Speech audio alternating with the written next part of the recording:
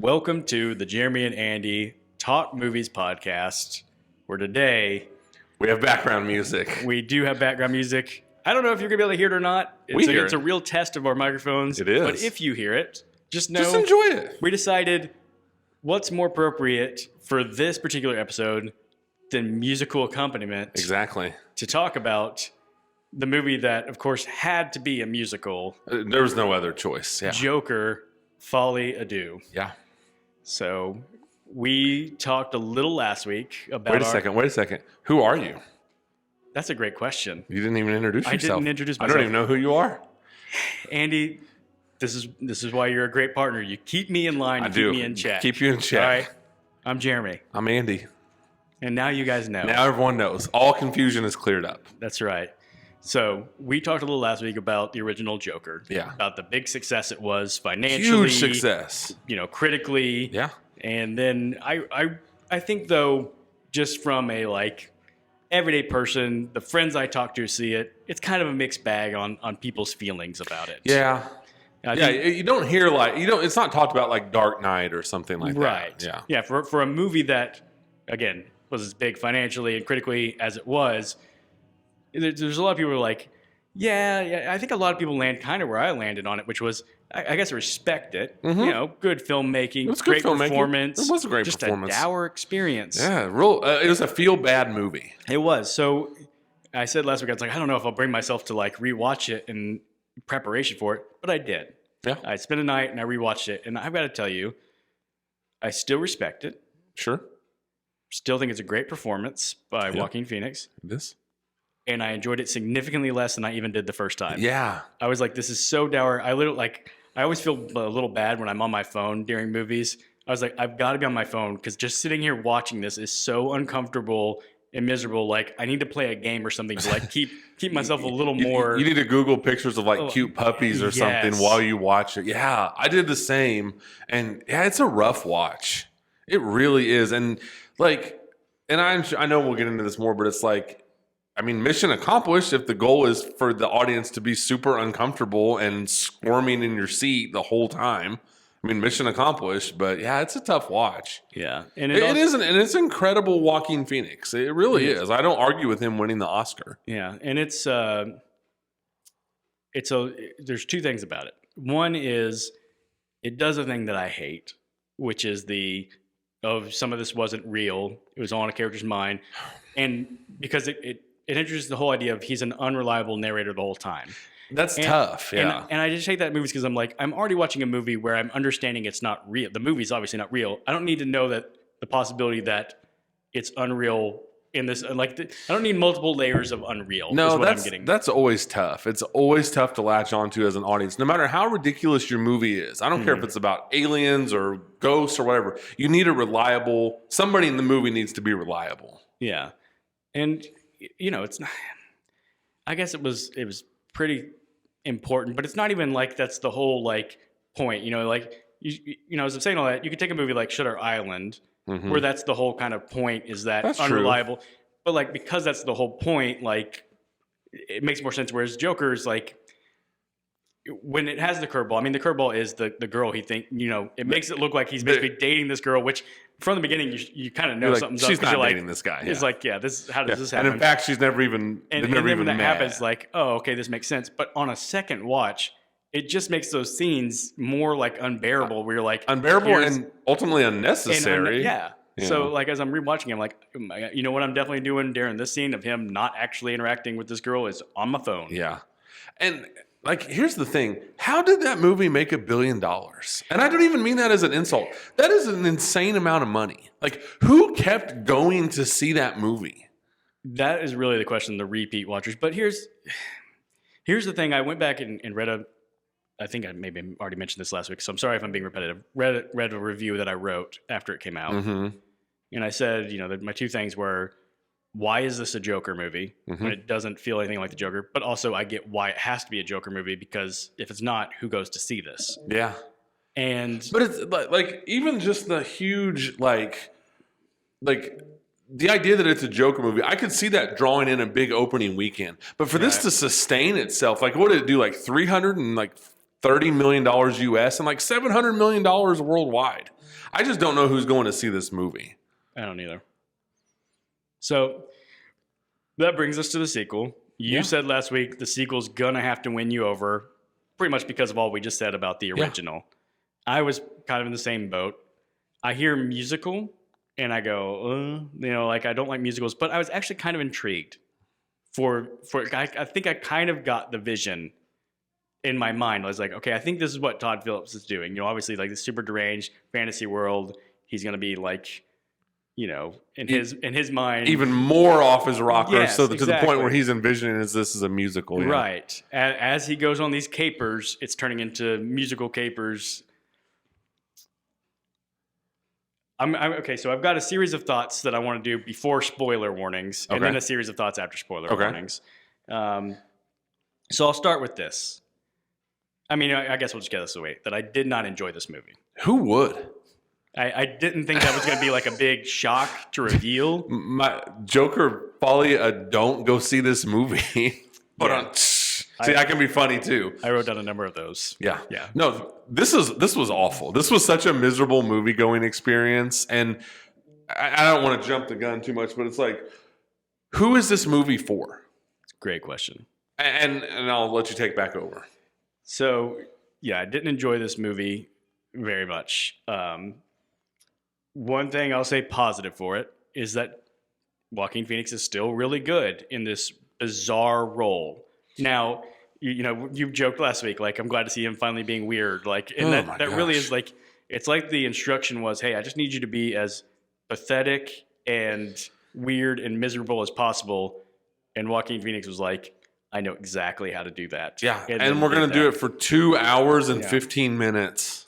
But here was a question that it raised for me, and maybe this is too early to go kind of off topic, but I was like, what's the history of Oscar-winning performances in sequels?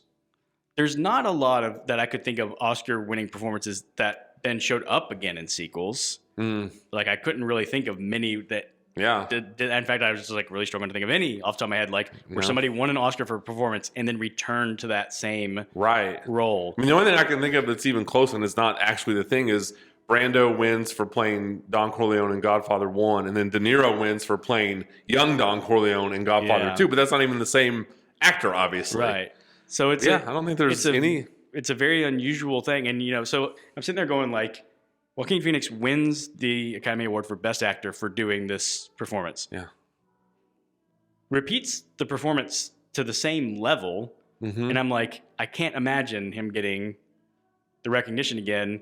But it's just weird. These things happen sometimes in sports too. I know sports are different, but like I think just Steve Nash won back-to-back MVPs. Mm-hmm. And a lot of people say the second MVP he won was kind of because his stats were just as good or maybe even slightly better than the year before. So it's like, well, he kind of has to win. Well, how do we not give it to him if he was MVP last year with the same stats and the same, like his team did just as well?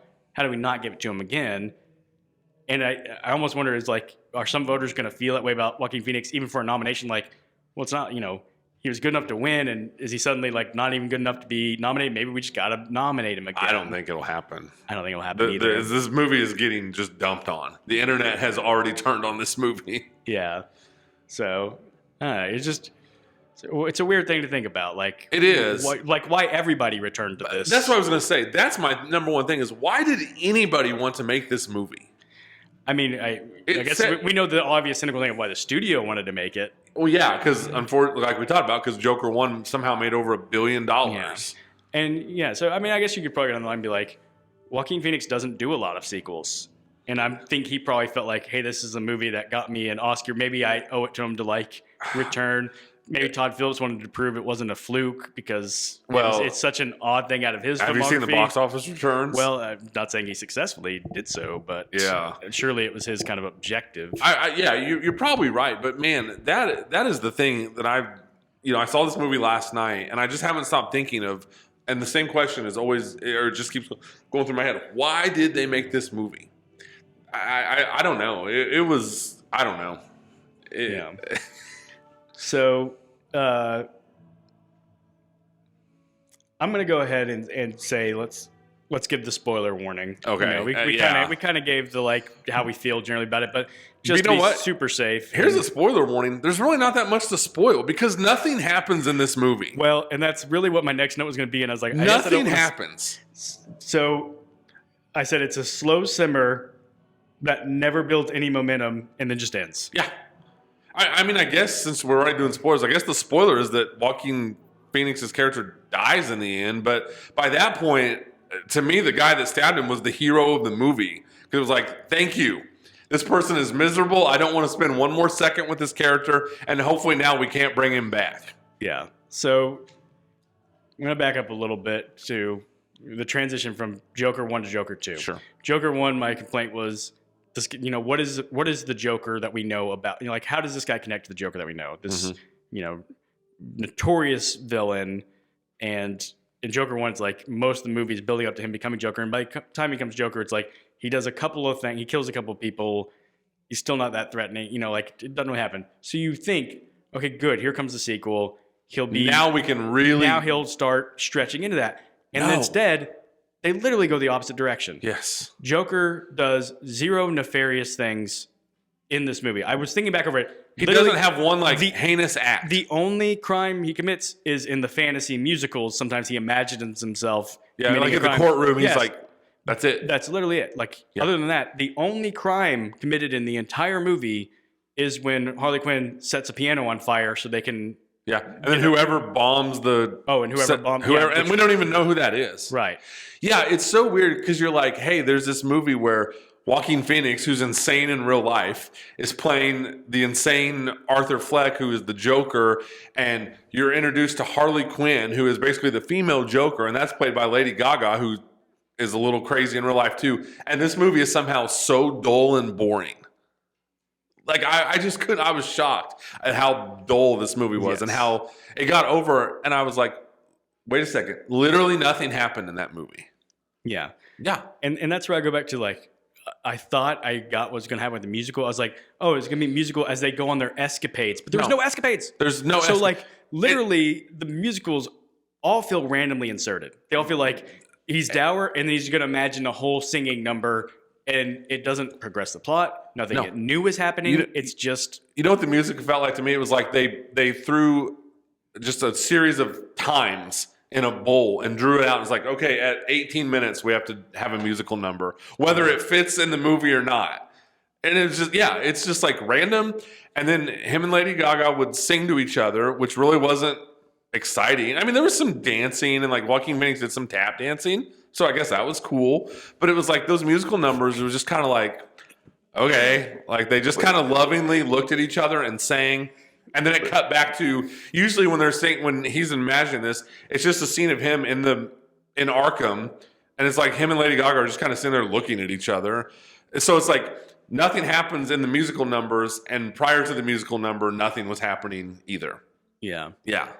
And that a movie knows it doesn't have enough going on when in the preview they have to include shots that aren't actually in the movie. So in the preview it shows, I think people remember this, a scene of them on the courtroom steps, Joker and Harley both doing the dancing on the steps. Yep, not in the movie. Not in the movie. No. Why? Because that's more activity than it actually happens in the movie. Yeah. Yeah. And even okay, so part one, whether you like it or don't like it, you go, okay, they're trying to take a ultra mega serious look at mental illness basically and using this Joker character and kind of showing that. So, but then you go, so what does Joker Part 2 have to say about anything? Don't know. No idea. It has nothing to say. And not that every movie has to have something to say. But if you're taking this comic book character and stripping all the comic book type stuff away from it, then presumably, that's because you have something like a bigger picture or something more profound to say. But this doesn't. So then you're just left with this depressing, dull, dark, bleak movie where there's not one likable character in the entire movie. Is there? Was there one character in this movie who's likable? You can make a case for his lawyer he fires that she's trying to help him. Yeah. And but other than that, no. Everyone is either a guard in Arkham and they're mean and ugly and nasty. The Joker, Harley Quinn. None of these people are likable or interesting in any way. Yeah. And so you brought up the guards. All right. Sometimes movie cliches are movie cliches for a reason. And you see that like all through the beginning of the movie, you're like, these guards are picking on Joker. They're pushing him. Eventually Joker's going to do something. And it's like, oh, the twist is nope, literally nothing happens with them. Right. Also, so there's this really, we're kind of all over the place. Yeah. So at one point, because of course they're just broadcasting this court case on TV for no reason. So Joker, he insults the guards somehow Yes. and they watch it. So then when he comes back, they beat him up, and then it's almost implied that there's like some kind of assault going on that involves like them I'm trying to, you know what I'm saying? Like trying to skate around saying some weird stuff. But like that was weird. And that scene I felt like just drug on forever. And it literally led to nothing, which I guess really is every scene in this movie. Mm-hmm. Like every scene in this movie is really slow and takes its time and just goes nowhere. Yes. Nowhere. Yeah. So it's like, oh, sorry. No. Finish your thought. So it's like you said, like Harley Quinn sets this piano on fire, which sets this big fire off in Arkham. And then her and Arthur, Joker, kind of run away and then get caught. And then the scene's just over. And you're like, well, what was all that? Like, what was that? It was just a giant pile of nothing. Yeah. So I think the most disappointing thing about it to me, amongst the myriad of things that we're talking about being disappointing, is that Joker's such a fascinating character. But this Joker is not all. So, like, there's an element where when he puts on his Joker costume and assumes the character, he does become, like, more eccentric and stuff. Mm-hmm. But never in an entertaining way. So the only times we see him really embody the Joker character are in the musical fantasies. Right. And then the one time in court where he apparently... And the judge is like, well, I can't stop you. Yeah, which is the most ridiculous thing. And he's smoking. And he becomes like this old Southern lawyer. He starts talking. That was so stupid. And it's like, I was like, this is so I hated that scene. So just to piggyback on that too, then he brings the witness up from the first movie, Gary Puddles. Yeah. And I swear for 3 straight minutes, it's just him going, Puddles? Puddles. Really? Puddles? And I was like, oh my gosh, let's go. Yeah. Like I think my patience was gone at that point. Yeah. Did you think that? I just thought that was really weird and drug out for no reason. It was really long. It accomplished nothing, and it wasn't like finally we're getting him being entertaining as the Joker now. And it's just like this poor Gary Puddles guy is just like, oh, you were nice to me, and he's just kind of pitiful and sad, and then he just walks off, and you're just like, oh, he's gone, and that was 5 minutes of my life I'll never get back. Yeah. Yeah. In case you can't tell, I was just really down on this movie. No, I mean, like it's like. I guess like from a filmmaker's perspective, it's like, do you hate your audience? Like, are you just trying to make us all miserable? Because there's just nothing here to latch onto. Yeah. The only thing I could think is, as a filmmaker, trying so hard to be genuine as far as like, this guy's disturbed and he's not that bright and stuff. And so at every turn, it's like, even when he's trying, like when he assumes the Joker identity and like, how would this kind of dim-witted, psychotic Joker do it? Well, he'd imitate some lawyer show he saw when he was a kid. And it's like, okay, I get what you're going for. Why is this entertaining? Why am I watching this? Right. I mean, it's like, and even if that is what you're going for, it doesn't mean it's fun to watch. No. Yeah. So, and too, like all that courtroom stuff kicks in at the end of the movie. And even if he was all of a sudden entertaining as the Joker, which he's not, but it's like you've sat through an hour and 40 minutes of anything but entertainment. And I think even if he had turned it up kind of and brought out some charisma and stuff, by that point I was checked out. I just wanted that movie to get over with. Yeah. Yeah. Man. So let's talk a little bit about, first off, there's a lot of great actors in this movie. There are. Which is, again, kind of surprising. So many people had to be like, okay, I'm in on this Joker sequel. And what I am a little bit surprised about is I've not read a lot. I've tried to avoid mostly like people, but I saw some things where people were like, you know, not a great movie, but Lady Gaga comes out great in this movie, or Lady Gaga steals the show. And I was like, that surprises me, because I really like, and maybe not her fault. I just don't think there was a lot to work with. That's what I was gonna say. I don't think she had anything to work with. I actually don't mind Lady Gaga as an actress. I don't either. Like, she's really good in *Star Is Born*. She's ridiculous in the Gucci movie, House of Gucci. House of Gucci. Like, but she's good. She's got a charisma and everything. Even if she's talking like Dracula, I just don't think she had anything to do here. Yeah, like just nothing. The performance was all like. I do want to give Todd Phillips again credit for like, he's got a good visual style. Yeah. And for that reason, like, as much as I say like I was skeptical about the movie and I didn't love the first one, the preview actually kind of won me over, because I was like, there's clearly a lot of great visuals. Like the preview can just show you like glimpses of like all these great shots and frames and setups, and it's like, okay, yeah, that looks great. Mm-hmm. But then when you see it and you go, well, but none of it is it. Yeah, like it's kind of all.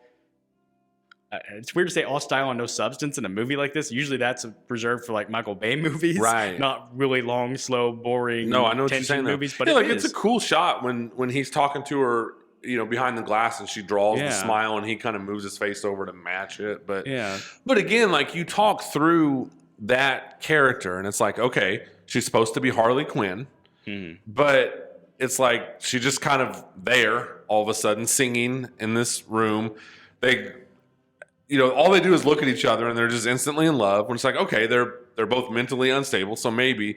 But then what? I mean, they have a few hijinks together. She sets that piano on fire. Then she's like, oh, I checked myself out of here. Bye. And then she just like, but I'm going to come to your trial every day. And she just kind of sits there. And then at the end, you know, she's mad at him because he on camera says, okay, there is no Joker, which maybe, you know, like he was just saying that because he thought that's what they wanted to hear. And then they just part ways. Yeah. So it's like you describe it and you're like, well, that's just, again, just a giant pile of nothing.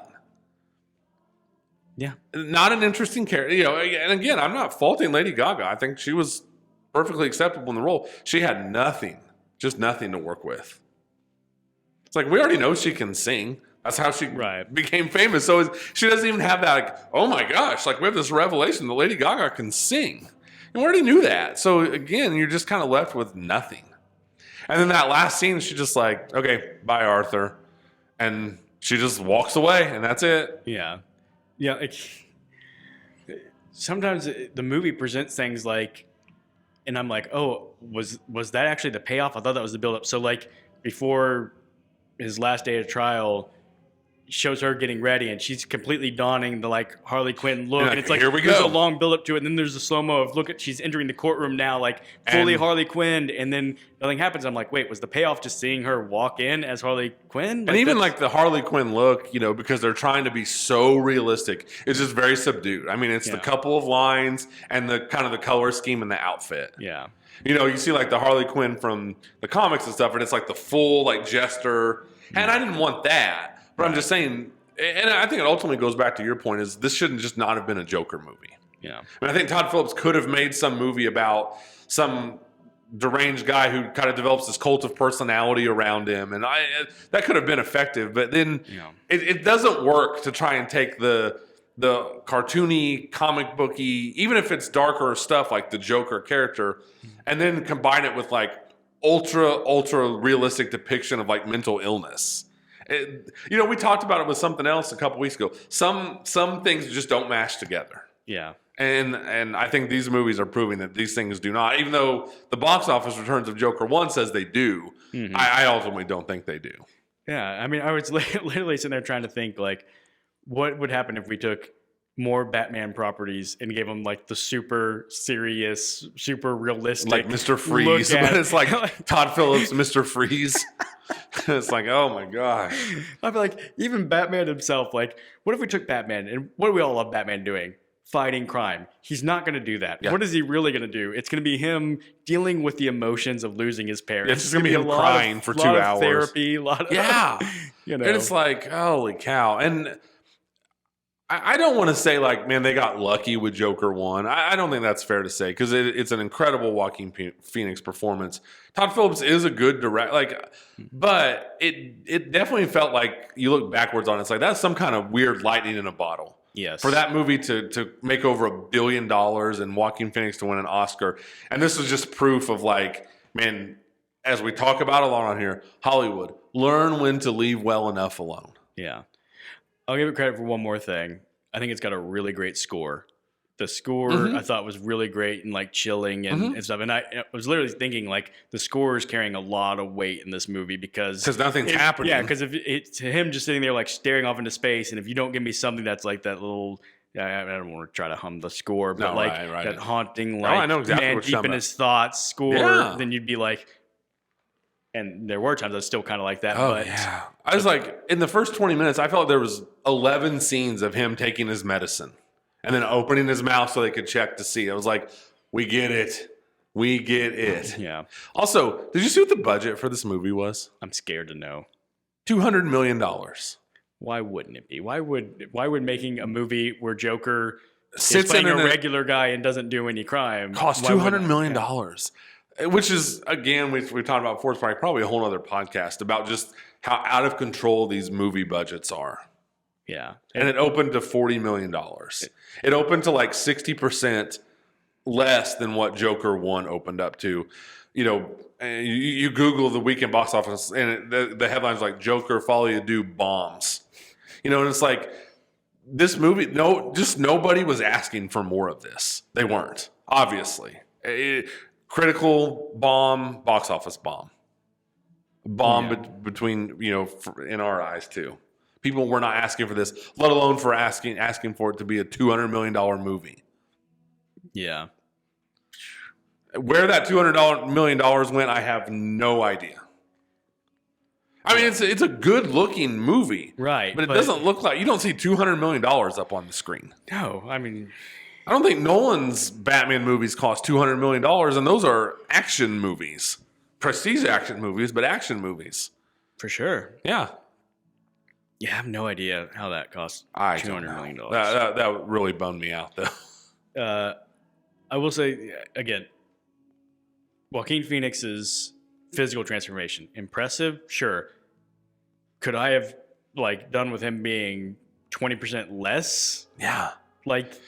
Awkwardly scrawny, skinny, and his shoulder blade sticking out. Yeah, I think I could have used a little less. And it's like you wonder if Joaquin Phoenix was like, I insist to be in my underwear numerous times in this movie. Yeah. It's just like creative control in his contract. Yeah. You're just like, okay, I don't need to see this. This is unpleasant. I do like the story I heard. I can't remember where I heard it. Somebody that was involved in the first Joker movie said that it was just one of the pre-production meetings that Todd Phillips just said kind of offhand to Joaquin Phoenix, like, what if Joker was really skinny? Joaquin Phoenix was it. And challenge accepted. When Joaquin Phoenix showed up for the movie, he had lost tons of weight and was super skinny. And it's kind of like, all right, kudos for him for being like, no, I'm game for, oh, you think that'd be interesting? Let's do it. And again, I'm so negative about this movie. I'm not faulting him. Yeah. And it's like, obviously, his commitment to the role is unbelievable, but it doesn't mean it's fun to watch. Yeah. I do wonder, because as I go through, there's not a lot of people I do fault. Like I said, I think Todd Phillips directs just fine. I think everybody acts just fine. I think the flaws were in the ideas. The idea. And I wonder, when it was being written, if things just seemed different, it just felt like they were doing more than they were. And then when it actually came together, they were like, oh, this wasn't as much as we thought. Right. The whole movie to me reeked of and I don't think this is the case. I think they chose it, but it's it reeked of contractual obligation. Whereas they signed a contract, they have to do this movie. I did see conspiracy theorist online saying that supposedly because so many of the wrong people latched on to Joker 1 for the wrong reasons, that they intentionally tanked this movie and made it terrible so that, to ruin the image. I was like, no, nobody does it. Studios don't do that. Directors don't do that. Actors don't do it. They don't tank their own product. No. It's a fun conspiracy theory, but... And I get that, why people would come up with conspiracy theories like that. the way it turned out. But it almost does feel like they had to tank it on purpose, because you just look and go like, you guys couldn't have had Joker like have a 30-minute stretch where they do escape Arkham and him and Harley Quinn go on a chaos on a crazy spree, and that's a musical part, because as they're going through like, you know, trashing a place and causing like chaos, or something. They're singing and doing exactly, it. And, you know, some choreography. Like that would have at least been like, okay, at least something is happening. Even when you finally think something is going to happen, so this bomb explodes, you're like, okay, it's too late for me to like this movie, but at least something happened. And then he kind of like takes forever, and he stumbles out of that courtroom, and then he just gets in that car with those guys, and it just shows him laying in the back seat. And it's like, okay, well, this isn't interesting either. You know, I was just thinking like, okay, finally something is going to happen. No, it's just him riding in the backseat of a car. Then he gets out and runs off, roams the streets for a while, and then just bumps into Harley Quinn. What do you know? And it was like, again, it all amounted to nothing. Yeah. And that was another one where in the preview, you see like a shot of him running from those two guys dressed as clowns, and one dressed exactly like him as Joker. Yeah. In the preview, I see that and I go, well, that's intriguing. I wonder what's going to be happening there, where Arthur Fleck is being chased by fake Jokers. And then you see the movie and you're like, nothing. Nothing. Oh. Yeah, or I even wondered if it was like, man, like his plan to kind of like inspire madness is going to turn against him. Right. And they're going to go even too mad for him. And no, we're not going to be that interesting. And then I hate the last shot of this movie, where after this dude shanks him and kills him, then he cuts his mouth in the background and is like, oh, now he's the Joker. I've said it on here before, even about my beloved Marvel. I am sick and tired of these superhero movies, which, you know, obviously I'm using the term superhero movie loosely for this, but I'm so sick of them like, oh, look at the clever thing we did, like setting up, like that has been done to death. And Marvel's just as guilty as anybody. Well, they do two kind of fake outs, in my opinion, because the one is Harley Quinn telling him that she's pregnant. And you're going, oh, is it supposed to be like their son is going to be the eventual like actual chaotic menacing Joker? Right. And it's like, no, that plot line doesn't go anywhere. In fact, we never know anything about it. And then at the end, this another psychopath in the background of this Arkham stabs him, does the carving thing. You're like, oh, so he's supposed to be the Joker. In the end, it's like, well, he's another guy who doesn't line up with what we know of the Joker. No. Like, that guy is not interesting either throughout the movie. So it's like I really could care less if this guy's a Joker. And then, you know, Harvey Dent, he's in that explosion. Yeah. They don't specifically show like half of his face burnt, but I mean, clearly your mind's going to go there. But once again, that Harvey Dent character, not interesting. Mm-mm. He's just kind of like a smug lawyer. Yeah. That's it. Yep. Oh, man. Nothing interesting happens in this entire movie. Yeah. So going back to why that other psychopath's also not a good Joker, multiple reasons.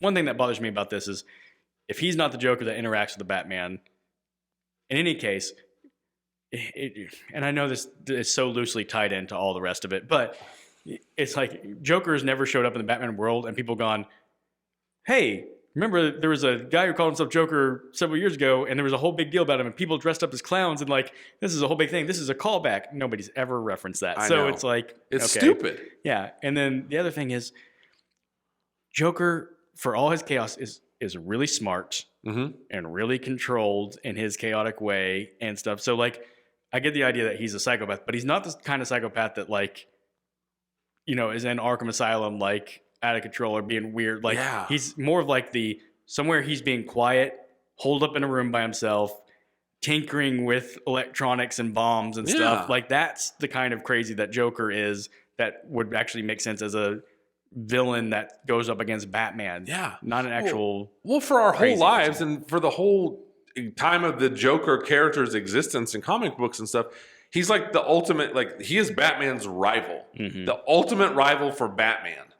So, and I'm not saying like, just because you're making a Joker movie, he has to be, you know, cool or any of those things, but it's like, so my whole life I've been told and shown through the comics and stuff that Joker is Batman's ultimate rival. And then we get this version of Joker, which is like, you know, it's like they're just leaning into like the pitiful and the pathetic and stuff. And so you don't even have like this is cool. It's laying the groundwork for him eventually becoming Batman's rival. You don't even have that. It's like this guy, because like I said, they're ultra committed to realism.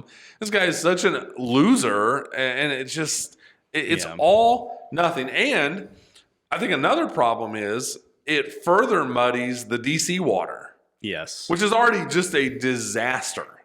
Just a disaster. Yeah. And James Gunn's already come out saying, like, this is not connected to my DC universe. He even has a name for it. It's like DC, like Outer Worlds or something like this, and Matt Reeves is Batman. It's like DC is such a disaster. Which is crazy that Matt Reeves' Batman even has a different Joker than it's too many layers. It's too much, layers. and it's like it's all such a mess that when James Gunn took over as head of DC, he had to make like a 10-minute long YouTube video with like charts. I mean, you can watch it. I'm not making this up. And explaining all of this. Like, okay, forget everything that's happened. Here's what's happening. But kind of don't forget everything that happened because we're still going to acknowledge these movies, but they're not connected to these movies. It's a disaster. Yeah. It's a mess. But taking the Joker character that we know and putting him in this story and saying, well, we're trying to be more realistic about it. It'd be like if you took the Predator as a character. And you said, I want a real look at the Predator. We're going to make essentially the movie Arrival, but we need a character that people recognize. So the Predator is going to come to Earth, and we're going to have a linguistic expert try to figure out how to communicate with them. And the whole movie is going to be that. And he's not going to do any of the cool. He's not going to have the cool weapons, or you're not going to see like the cool. We're going to take, like you said, take the character. Yeah. But just take everything cool away from him. Yeah. The Predator is not going to actually hunt. We're just going to try to communicate. Yeah, just a linguistic drama with the Predator. And if they had done that, they would have ruined both Predator and Arrival, by trying to make them one and the same. Exactly. And I think you have to ask the question too with this movie, like you alluded to. So how many Jokers now do we have in our memory? You have the Jack Nicholson Joker, the Heath Ledger Joker, which is the definitive version, the Jared Leto Joker, Barry Keoghan or whatever. Like you get glimpses of him as the Joker, and Joaquin Phoenix. That's 5 Jokers from 1989 on. Yeah. And movies that are, even the 89 Batman is still very present in culture, I think. That was a big movie that left an imprint on people. So it's like... It was just put back in theaters a couple of weeks ago. Exactly. So it's like, that's 5 Jokers over the, however, I don't even know how many movies. I'm not even going to try and do that math. It's too much. It's just too much. Especially when Nolan and Heath Ledger did it as perfectly as you can do it. Yeah.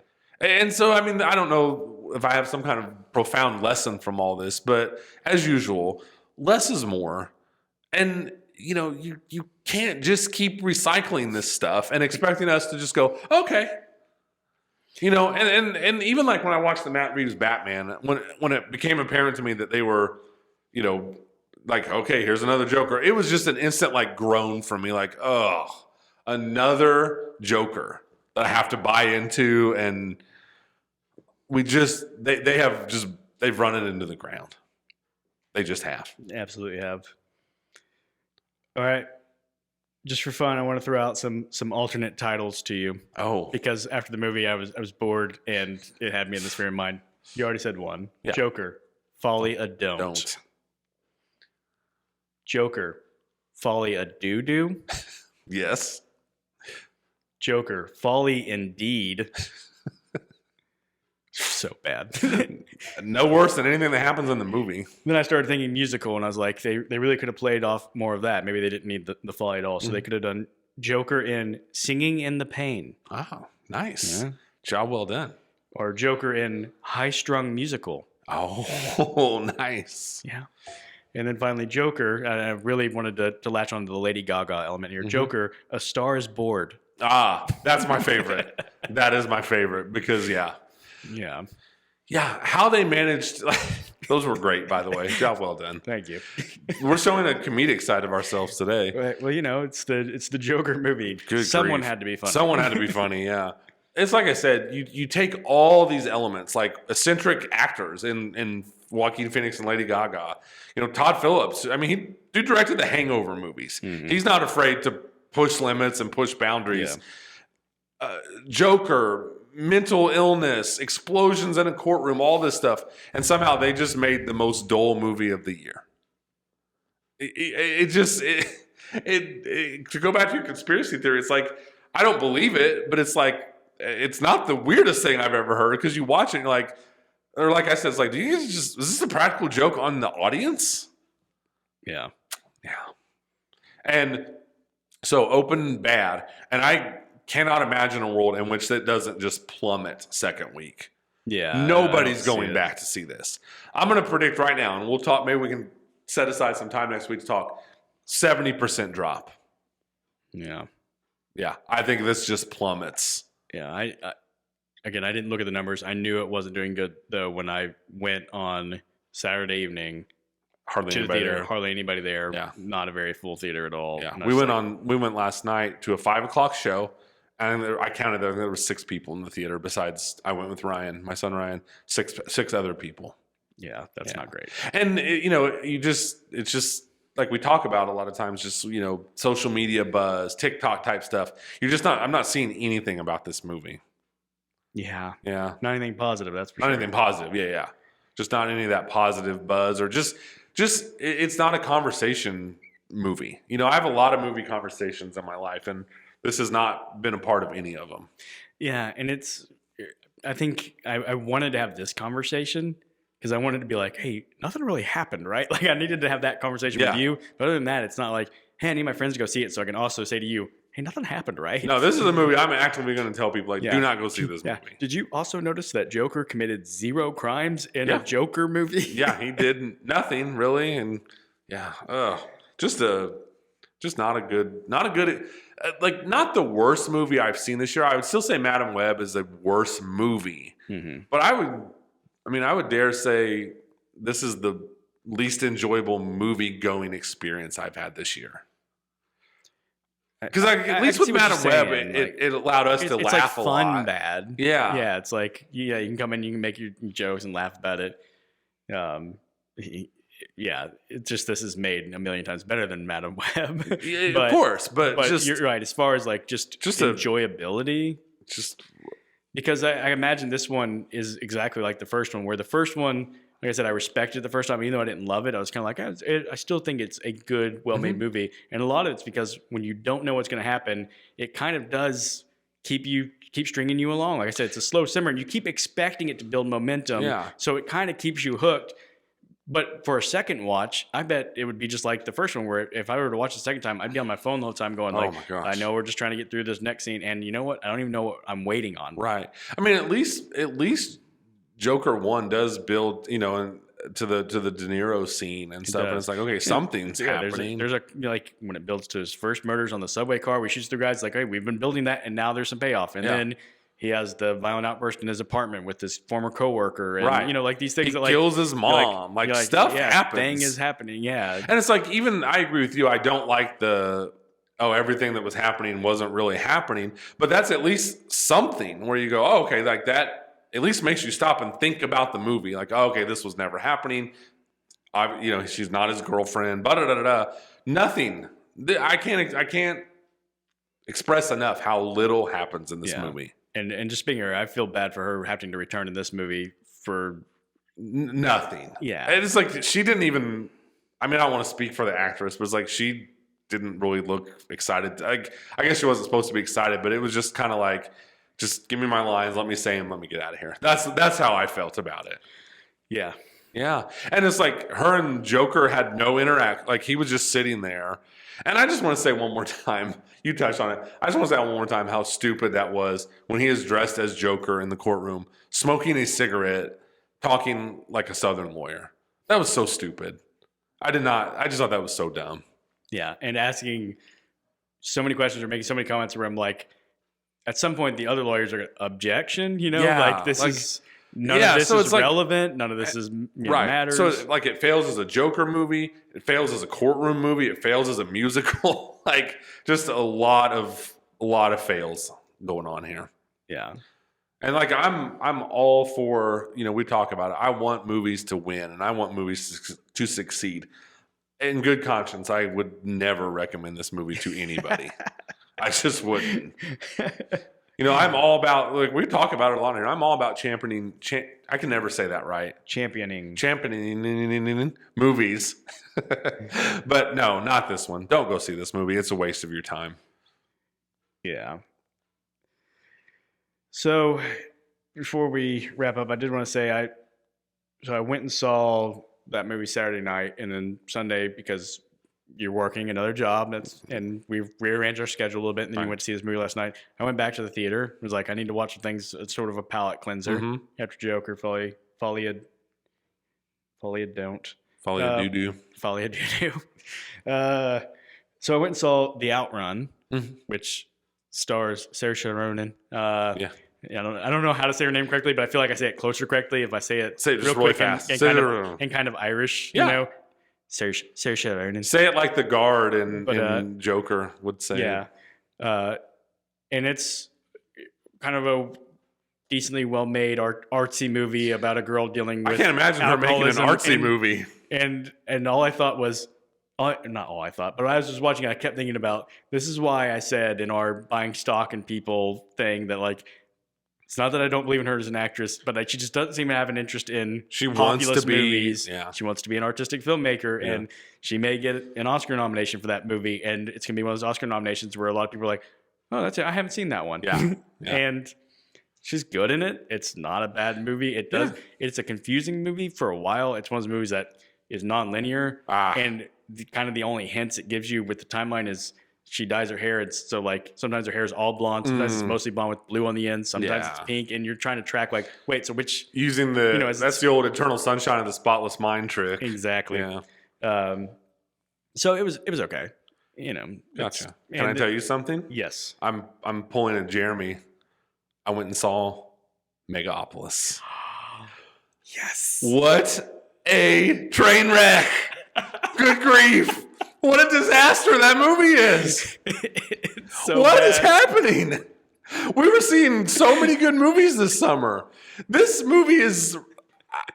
I felt like Arthur Fleck watching that movie. Just like, is this really happening?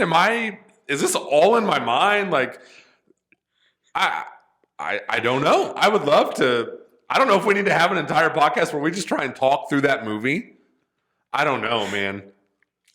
That would be like a fun challenge to, like, have people watch it and try to explain it. Let's logically talk through this movie from point A to point wherever it ends up. Man, a bummer of a movie going week for me, because, like I talked about when you were talking about it after you had seen it and I hadn't, you know, I have such high regard for Coppola, and I hold the first two Godfather movies, especially the first Godfather movie, in such high regard. Apocalypse Now, The Conversation, another great Coppola movie, and that was a long time ago. That was the 70s, right? And he hasn't had an amazing career since then. Yeah, he did like Jack with Robin Williams. He did like a weird movie called Rumble Fish. There's another one I can't think of right now. He did a Matt Damon, John Grisham adaptation. The Rainmaker. Yeah. So it's been rocky, but this was just like, I just can't defend this. It's one of those other ones you could be like, well, I mean, not every movie he makes can be The Godfather. Right. This one, I have no excuse for this movie. An incoherent mess. It's the type of movie you watch and you go, someone should go check on Coppola. Yeah. Like, we need to make sure he's okay. Yeah, like, why did someone allow this to happen? And I couldn't agree with you more.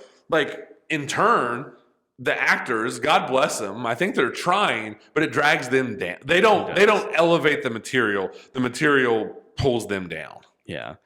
I heard some discussion about this. I think it was on The Big Picture or something else, and they were like, I think only two people knew what movie they were in. That was Aubrey Plaza and Shia LaBeouf, and they were the two people kind of doing the most, like, eccentric things. Yeah. And I'm like, I don't know, but it is a great question of, like, how many different movies did people think they were in, because it's so uneven, it's so all over the place, and it's just so weird to me, I guess, that in 2024 with studios having all this power and the just the limitlessness of what we can do in movies, that something like this like kind of sneaks through and comes out on the other side, and then everyone just kind of looks and goes, "Oh, this is a train wreck." Like, where was everybody at while this was happening to stop it?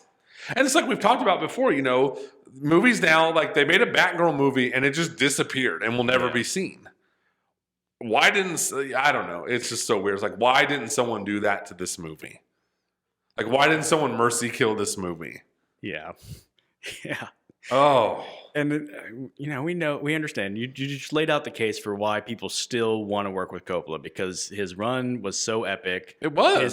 His name is, it carries a lot of weight. It carries a lot of weight. He probably still a Mount Rushmore director. Like, if you're doing like, you know, who are the 4 most like famous or impactful directors? Yeah, he's gonna come up. I mean, Scorsese, Spielberg, Coppola, and you know, whoever. Make your pick. But he's probably on there. And so, like, I get why all these people did it, but I also want to know, when they read the script, did they go, "There's a good chance that this is a disaster, but I'm going to do it because it's Coppola"? Or did they read the script? Or maybe they didn't even read the script. Maybe they just said, "Coppola, I'm in," and then they're on set going, "Wait, what am I supposed to do?" Yeah, wait, what? Yeah, it's such a bummer. Yeah. Just such a bummer. And like I said, I checked before I came over, it's made $8 million.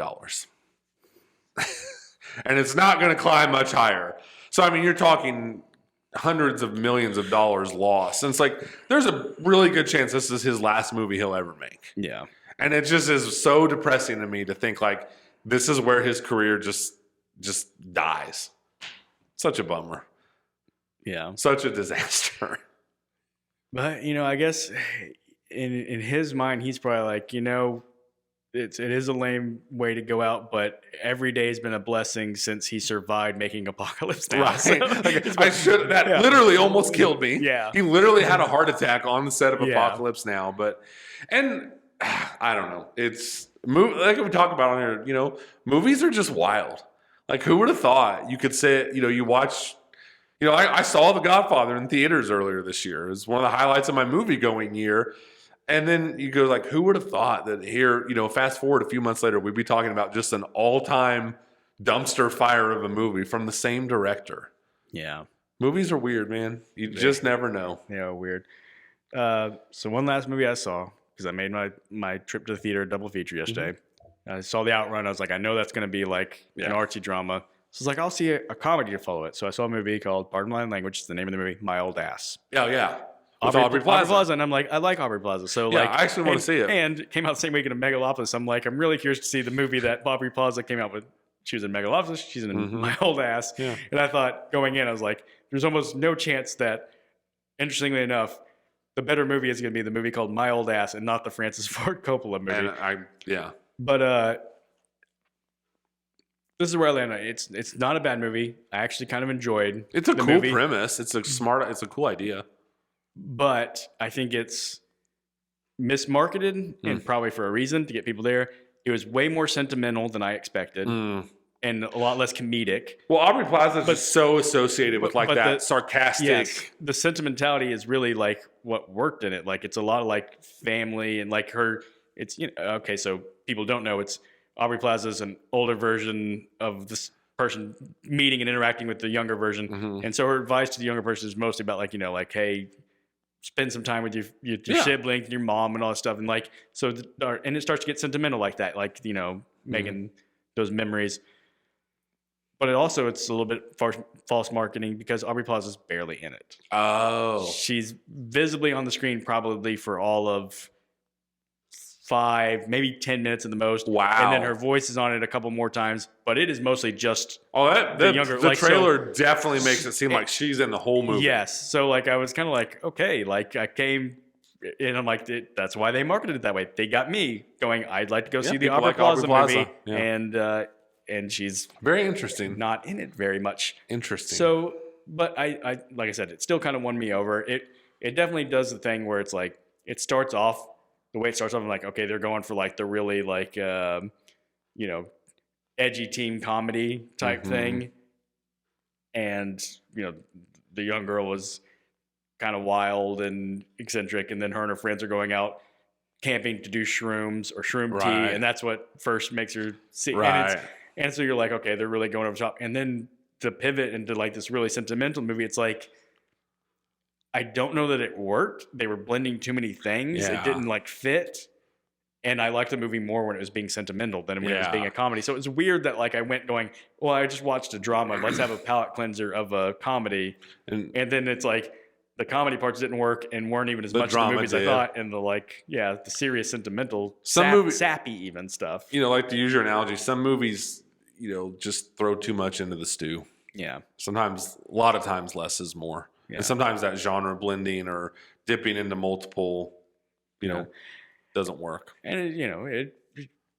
it made me wonder, like, it could just be a sincere thing where the person writing it set out to write one way, because I mean, like, it starts off, like I said, feeling like it's gonna be an edgy comedy, and then the premise they're tripping when she first sees her older self, and then like maybe as the person's writing, they accidentally stumbled into more sentimental stuff, and they're like, I like the way this is going, and just went with it, and then never like said, well, let's go back and refix the beginning, because it feels kind of consistent in the moment where it's going, but it just like you look back and go, well, what the heck was that beginning that doesn't feel like it's in the same movie as this one? I don't know. That's me. What a weird movie week. Super weird. I need to watch just like a super normal, like cookie cutter. Like I'm going to go home and watch Cobra, I think. I just need to watch something familiar and stupid and cliched. Heck yeah. Yeah. But next week, we get a movie that I'm very much looking forward to. Saturday night? Yes. Me too. I don't know if I can say like I don't have like, I think it's going to be good. I'm not high hopes like I was for, a lot of the big blockbusters we've talked about before on here, but compared to the movies we've been talking about today, like I'm like, hey, we might have a real. It's a cool subject for a movie, and it's kind of amazing to me that this is the first time that a movie about Saturday Night Live is coming out. Yeah. Yeah. I've got 2 movies I'm looking forward to. I'm also going to see The Terrifier 3. I was going to ask you about this because please do not feel obligated. I'm not familiar with the Terrifier world. In fact, I didn't know like it was. I was watching a preview for it, and when it said Terrifier 3, I was like, I totally missed Terrifier 1 and 2. 2, yeah. I missed both, really. Do not feel obligated because it is hardcore. It's gross horror on purpose. So I know it will not be your cup of tea. Yeah, I'll probably miss that one. Yeah, that's okay. No hard feelings. But yeah, looking forward to Saturday night. Yeah. The last thing I wanted to say on this podcast was I realized that September ended, and I was like, that's the 9th month, and I had been doing quarterly updates on my top 5 for the year. And I was looking at it, I was like, maybe that's okay. Maybe I won't do a third quarter update because, one, it's pretty much the same as my second quarter update. I haven't, but also like, I'm not really convinced it's going to change much in the fourth quarter of the year. And so like maybe I'll just save for end of the year. Like at this point, I'm just going to wait for the end of the year to do any more where I stand on my top 5s. I just wanted to say that because I don't think anybody follows our podcast that closely. They're like, hey, where was the quarterly top 5 update? I didn't just forget it. Well, I forgot it 1 week, but I could have returned to it. And I was like, no, I think I'm happy just setting that aside. Yeah. And I'll do it. I don't know that mine's probably changed a whole lot either. Yeah. So, but yeah, so hopefully a good, fun, actual comedic movie. I hope so. Week. Hopefully we don't come in and say, boy, that was a whole big bag of nothing. I hope not. Because that's the worst thing I've said a million times on here. Yeah. The worst thing a movie can be to me is just dull and forgettable. Yeah. Yeah. So, I don't know. I will say this. It feels weird to me that I was looking at my schedule for next week. And I was like, maybe I'll go on Friday night. And I was like, is that weird? Should I have to go on a Saturday night to watch this movie? Does it feel more appropriate if I get? Yeah. And then I was like, well, I guess if it was being really appropriate, I'd go see like a late showing. And I'm like, no, I'm out. I'll just do Friday at a normal hour. Yeah. Go see it because it's all about the build up to the first Saturday Night Live. So from like the hour and a half before Saturday Night Live starts, so you could really be nerdy and time it. Yeah. Yeah. I don't even know if the theater was smart enough to do a I don't know either. That. And is it Jason Reitman? Yes, I think it's a Jason Reitman movie. Yeah. And the only thing that makes me a little nervous is what is that dude's name? Like Gil Keenan or something helped write it, and he has been super attached to these last couple Ghostbusters movies, which I'm down on. But yeah, I'm excited to see it. Yeah. So I guess I will say one more thing, even though I've said the last thing I want to say. We do that all the time. Yeah. Theaters, when just talking about that whole like timing it thing, theaters do not time things out for people who want to watch more than one movie in a day. I'll say that. Mm-hmm. Like, and I get that it's probably a very small percentage of people. I am the exception and going like, hey, I'm going to go up and catch a double feature. It does annoy me looking at movie times where it's so often it's like, oh, I'll catch these two and oh, they're just going to be timed weirdly where like I can never see one and then go right within like a half an hour go see the other one. It's always going to be weirdly timed out where they're like 30-minute start times apart. So if I see one, like I can never like catch a good time for the other one. And then I know I say that obviously I work it out quite often, but I just wish that theaters would I almost wish they'd just make all the movie times start at a certain time and space it out where it's like if you go to one at 3 o'clock, then there's the 5 o'clock showings, then there's the 7 o'clock showings. And of course, then the problem is you got movies that are longer than 2 hours. And all I know, but it's so awkward. So like I had that day back last year, right after Christmas, I went and did 3 movies in one day, and I just didn't want to leave the theater. I was like, I'm here. I'm just staying here. So there was a one point in time when I just went and sat in my van, and I'm just kind of just sitting there, like, nope, still not time yet. It was like, yeah, I agree completely. It's like it was not so long that I wanted to like, well, I'll just go to, eat and come back. Like I just wanted to stay, but it was long enough that it was awkward, and I was just sitting there. Yeah. Yeah. Speaking of awkward theater stories, when I went to see Megalopolis, I think because Megalopolis was such a turd, I forgot to say this part. I was getting the theater right a little bit before the start time of the movie. And usually I've been trying to time things where I get there after a lot of the previews, but I think I don't know, did I watch other things that day? I don't know. For whatever reason, I got there early and it like they were showing commercials, just the regular like style before the previews commercials. And then they were showing commercials, and commercials are going. It's doing the behind the scenes thing, and it's going. And I'm looking at them like, okay, we're now 5 minutes past where previews usually start. Okay, now we're 10 minutes past. Now we're 15 minutes past. And I'm looking around, the 15 to 20 other people in the theater, and they're eating snacks, and they're all just sitting there. And nobody else is acting like, weird or kind of looking around. And I'm like, this is weird, right? Finally, I gotta and you always think like as soon as I get up, like it's gonna start. Yeah. And it just doesn't happen. It doesn't happen. Andy, I went out in the hallway and it was like, security guys there was like, who can I talk to about an issue in here? And he's like, you got to talk to somebody up front. But then we see a manager walking out front. He's like, go talk to this, that girl. And I said, okay. Or there's like, hey, I'm here for I can't remember what time it was, something 45 showing a Megalopolis. The previews haven't even started yet. We're at 15 after. There's 30 minutes past where the previews are supposed to start. And she's like, okay, let me go take a look at that. And she went into like the little server room where they run everything now. She came back. She's like, sorry about that. She's like, I skipped forward, so it should start after the next preview. I was like, okay, thanks. And I went back in there and, got through one more preview, and then we got started. But I was just like, how long would everyone have just sat there? Yeah, like it's like a weird social experiment. Like I can't believe I was the guy that broke first because I never want to get up and leave because just like, A, I don't want to deal with it. I don't want to, and B, how long was everyone willing to just sit and watch these commercials? Yeah, I could not believe that there wasn't more panic. It was like, guys, we're 30 minutes past the movie start time and we're watching commercials. I mean, in retrospect, they may have been trying to do you a favor. Yeah. And just not starting the movie. Yes. Yeah. Well, when you go to the theater as often as you do, you're bound to have some weird experiences. Yeah. Yeah. All right, everybody. Thank you so much for joining us Thank this you. week. Do not go see Joker.